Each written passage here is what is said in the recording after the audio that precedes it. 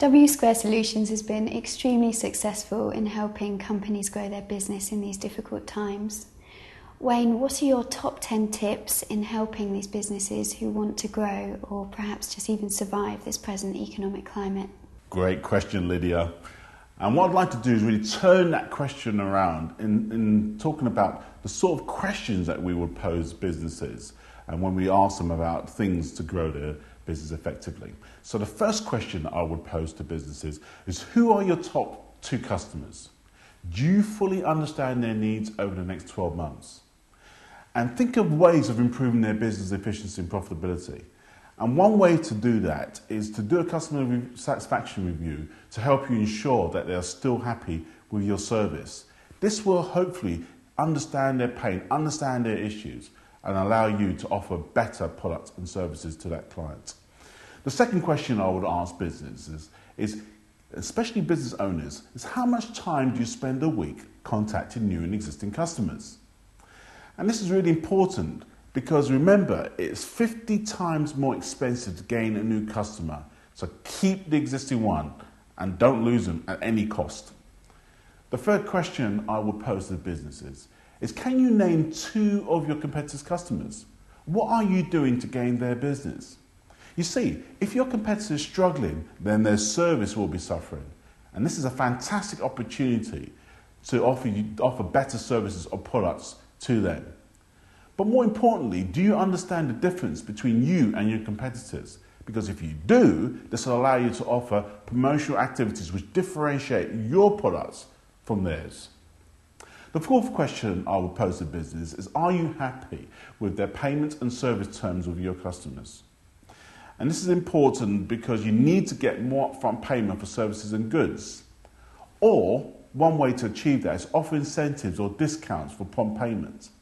You see, folks, cash flow is critical, so keep it moving with different and prompt payment schemes. The fifth question is, do you have any debtors? People owe you money. And who are the main ones?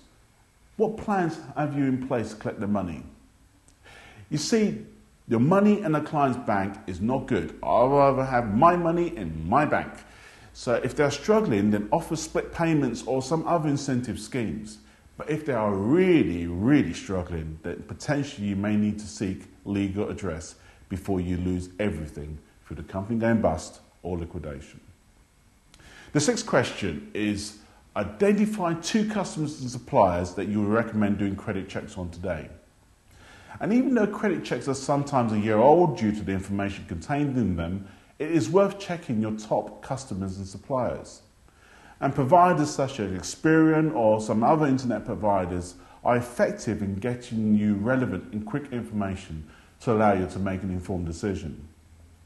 The next question is my favourite one, because it talks about new products, services or promotions. And what are they? What are you offering your customers over the next coming months and years?